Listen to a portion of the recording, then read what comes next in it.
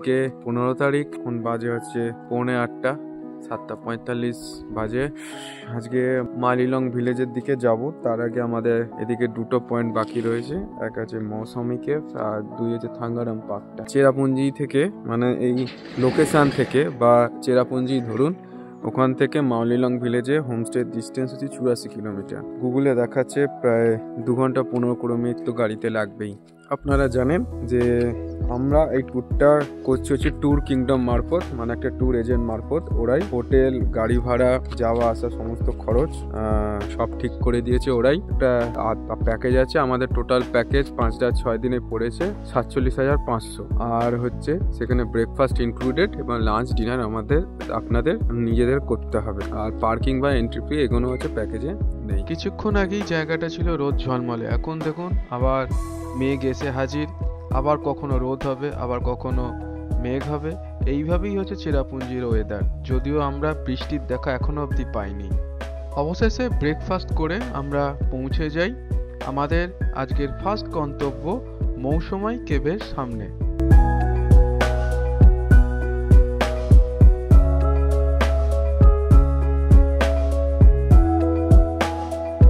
আমাদের entrance ticket লাগলো 30 টাকা করে। আর এখানে মেঘালয়ের অনেক জায়গায় মোবাইল নেটওয়ার্ক ঠিকভাবে পাওয়া যায় না, তাই এখানে দেখতেই পাচ্ছেন লেখা আছে যে নো ইউপিআই অনলি ক্যাশ। তাই এখানে যখন বেড়াতে আসবেন তখন ক্যাশ সঙ্গে নিয়ে আসবেন। তো মৌসুমী কেভ টিকিট কেটে ওপরে উঠলাম। কিছুটা সিঁড়ি বেয়ে হচ্ছে গুহার মুখে পৌঁছাতে হবে। সেই সিঁড়ি বেয়েই হচ্ছে ওপরে উঠছি আমি।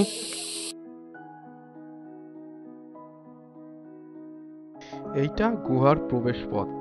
পথটার সামনের দিকটা চওড়া হলেও যত ভিতরে প্রবেশ করা যাবে ততই রাস্তাটা সরু থেকে সংকীর্ণ হবে। আর এর চারপাশটা দেখছেন, এইগুলি সবই হচ্ছে গাছেদের জীবাশ্ম। বছরের পর বছর এই জীবাশ্মগুলি জমতে জমতে চুনাপাথরের আকার ধারণ করেছে।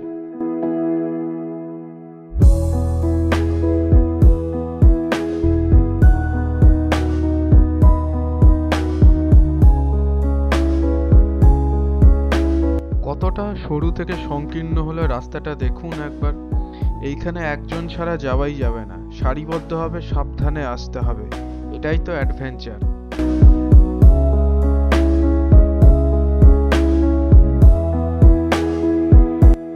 এখন গোয়ার ভেতরে আছি। কিছু কিছু জায়গায় পুরো একদম বসে আসতে হলো, মাথা নিচু করে। উপরে সোজা হলে একদম মাথা ঠুকে যাবে। বেশ সাবধানে আসতে হবে এই মৌসুমী কেভের ভিতর। এমন জায়গা দিয়ে এসছি সরু, সে বসে আসতে হবে।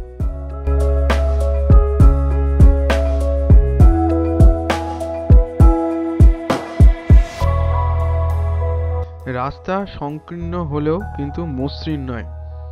মাঝে মাঝে পথের মধ্যেই হচ্ছে বড় বড় পাথর আছে, সেই পাথরগুলো ক্রস করে করে খুবই সাবধানে আসতে হচ্ছে। আর এখানে ওপর থেকে জল পড়ছে ধরুন, এখানে রাস্তা খুবই পিচ্ছিল, খুবই সাবধানে এখানে আসতে হবে।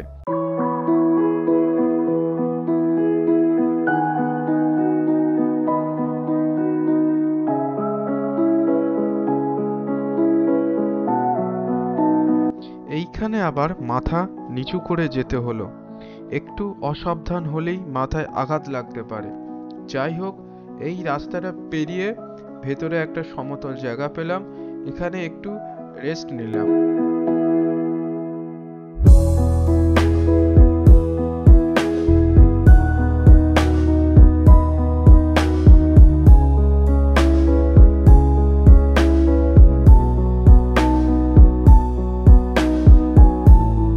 যেতে যেতেই দেখলাম যে সূর্যের আলোর দেখা পেলাম, বুঝলাম যে বাহির পথ এসে গেছে। তবে একটা কথা বলে দেওয়া ভালো, আপনারা যখন মেঘালয় আসছেন তখন এই মৌসুমী কেভটা ঘুরে দেখবেন, বেশ অ্যাডভেঞ্চার লাইফ ফিল করবেন। কিছু জায়গা আছে যেগুলো মাথা নিচু করে আসতে হবে, তবে ভয়ের কিছু নেই, ভেতরে আলো আছে, তবে একটু সাবধানে ক্রস করতে হবে, এই আর কি।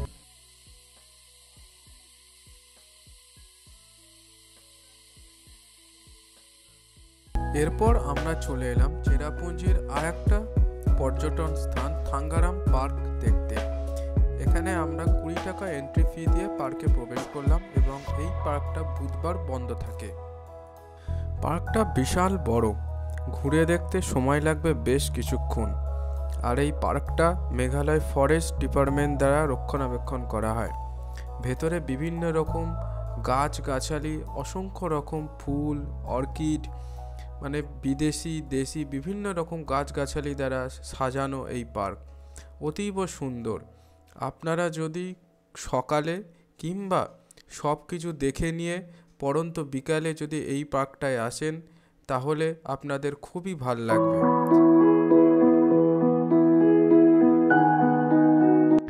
আর যদি রোদ ঝলমলে ওয়েদার হয়, এখানে মেঘ যদি পরিষ্কার থাকে, তাহলে এখান থেকেই বাংলাদেশের এক সুন্দর ভিউ পাওয়া যায় এখান থেকে।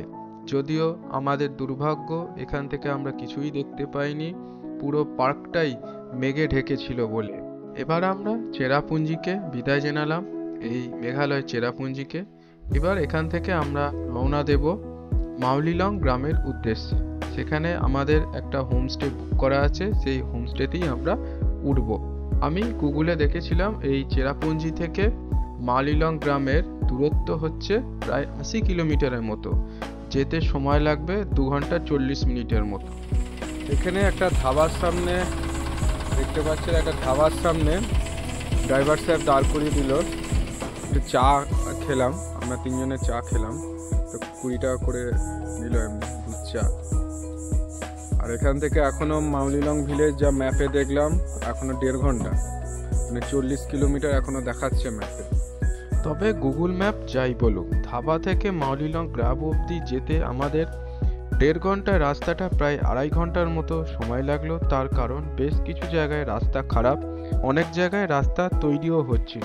আমাদের ড্রাইভার দাদা বলছিলেন যে এই 1 বছর ধরেই এইরকম রাস্তাটা হয়ে আছে, কোনো উন্নতিই নেই। প্রায় দুপুর 2:30 নাগাদ আমরা পৌঁছালাম মেঘালয়ের রিওয়াই ভিলেজের লিভিং রুট ব্রিজের সামনে। যদিও লিভিং রুট ব্রিজের সামনে যেতে গেলে এই কিছুটা পথ এই গ্রামের রাস্তা বেয়েই সামনে যেতে হবে। এখান থেকে মাউলিলং গ্রাম জাস্ট আর 5 মিনিট দূরে, মানে ওই 2.5 কিলোমিটারের মতো। জাস্ট 1 কিলোমিটারের ট্রেকিং পথ এখানে ওই রুট ব্রিজের সামনে যেতে গেলে। আপনারা লাঠিও নিতে পারেন, লাঠি ভাড়াও পাওয়া যায় এখানে। আমার বাবা লাঠি নিয়ে নিচে নেমেছিল।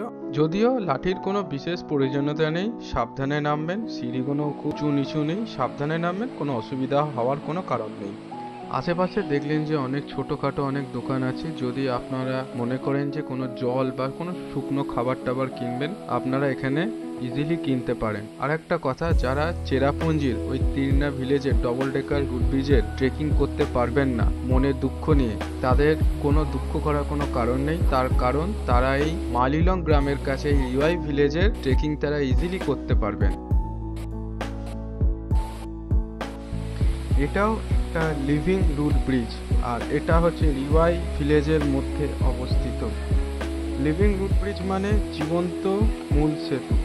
রাবার গাছের শিকড়গুলো জুড়ে জুড়ে এখানকার জনজাতিরা এই ব্রিজটা তৈরি করেছেন তাদেরই যাতায়াতের সুবিধার জন্য। আর এইটা অনেক ওয়েল মেনটেন। আর এখানে মাঝখানের যাতায়াতের পথটা দেখুন অনেকটা চওড়া, আর দুই পাশের ভিউটা দেখুন, এপাশে আর ওপাশে। প্রায় দুপুর 3:30 নাগাদ আমরা মাউলিলং গ্রামে পৌঁছে এক জায়গায় লাঞ্চ করে নিয়ে আমরা হোমস্টেতে পৌঁছে যাই। এটা আমাদের মাউলিলং গ্রামের হোমস্টে। এখানে আমরা 1 রাত থাকবো আজকে। দেখতেই পাচ্ছেন 2টো ডবল বেড রুম আছে, তো আমাদের ভালোই হলো, আমাদের 3 জন ছিলাম। আর এটা গ্রাম তো বেশ সাদামাটা রুম, মানে গ্রামের বাড়ি যা হয় আর কি, সাধারণ বাড়ি। আর ওখানে গিজার আছেন দেখছেন। এই সামনে হচ্ছে একটা বাথরুম আছে, এইটা হচ্ছে একটা বাথরুম। এখানে কোমোড বাথরুম আছে, বেশ ভালোই বয়স্ক মানুষদের জন্য। আর সামনে এটা হচ্ছে বারান্দা, বারান্দার পাশে একটা বাথরুম আছে, সেইটা হচ্ছে আর একটা বাথরুম আছে, মানে হচ্ছে 2টো বাথরুম আছে। এখানে বেসিনও আছে দেখছেন, বেশ ভালোই, একদিনে থাকার পক্ষে বেশ ভালোই। হোমস্টে থেকে ফ্রেশ হয়ে আমরা বিকালে মাউলিলং গ্রামটা একটু ঘুরতে বেরিয়েছি। সামনেই দেখলাম একটা চার্চ, এখানে যারা আছে প্রার্থনা করে এই চার্চেই। আর এই গ্রামটা অনেক সাজানো গাছানো, বিভিন্ন রকম গাছগাছালি ফুল দিয়ে বেশ সাজানো এই হচ্ছে গ্রামটা। গ্রামটার সামনেই দেখলাম একটা স্কুল আছে, স্কুলটা বেশ ছোট এখানে কিন্তু বেশ ভালো, সামনেই একটা মাঠ আছে, বেশ ভালোই। এই মাউলিলং গ্রামটা মেঘালয় রাজ্যে পূর্ব খাসি পাহাড় জেলায় অবস্থিত একটা গ্রাম। এশিয়া মহাদেশের সবচেয়ে পরিষ্কার পরিচ্ছন্ন গ্রাম হিসাবে পরিচিত। এখানে একটা জিনিস একটা লক্ষ্য করলাম, এই যে হোমস্টেটা দেখতে পাচ্ছে, মানে এখানে প্রত্যেকটা বাড়ি হচ্ছে হোমস্টে। তারা নিজেরাও বাড়ি করেছে, তার সাথে এরা বাড়ি ভাড়াও দেয়। তো আপনারা যদি নিজে থেকেই মাউলিলং গ্রামে আসেন তো থাকা খাওয়ার কোনো অসুবিধা হবে না এখানে, এটুকু আমি বলতে পারি। চারিদিকে এত গাছ গাছালি, বিভিন্ন রকম গাছ, যদিও সব গাছের নামও জানি না আমি। বিভিন্ন রকম দেশ বিদেশি ফুলে এই পুরো হোমস্টে বাড়িগুলো বেষ্টিত। বেশ চারিদিকগুলো দেখলে যেন চোখ জুড়িয়ে যাচ্ছে দেখলে। এই 2005 সালে পরিসংখ্যান অনুযায়ী এই গ্রামের মোট জনসংখ্যা ছিল 500 জন। সাক্ষরতার হার ছিল 90%। এখানে মূলত খাসি জনজাতি মানুষরা বসবাস করে। আর এখানকার সমাজটা মাতৃতান্ত্রিক সমাজ, তাই দেখবেন সব দোকানগুলোই মেয়েরাই বসে থাকে।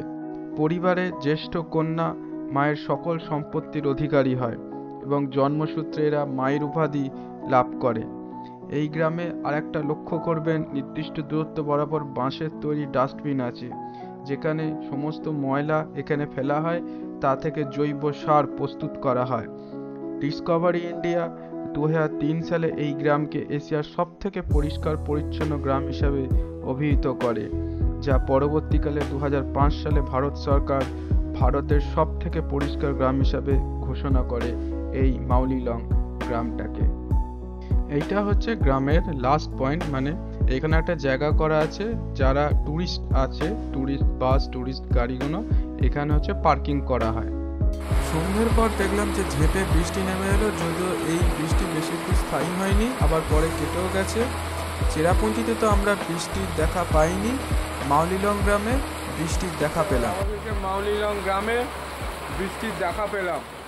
আর এখানেই আমি আমার আজকের ভিডিওটা শেষ করছি। যদি আমার আজকের ভিডিওটা যদি ভালো লেগে থাকে তাহলে একটা লাইক, কমেন্ট এবং সাবস্ক্রাইব করে দেবে আমার এই চ্যানেলটাকে। আর কালকে আমরা যাবো ডাউকি দিকটা, ডাউকি আর একটা কারেংসুরি ওয়াটারফলস আছে, ওইটা দেখে আবার শিলংয়ে ফিরে যাব।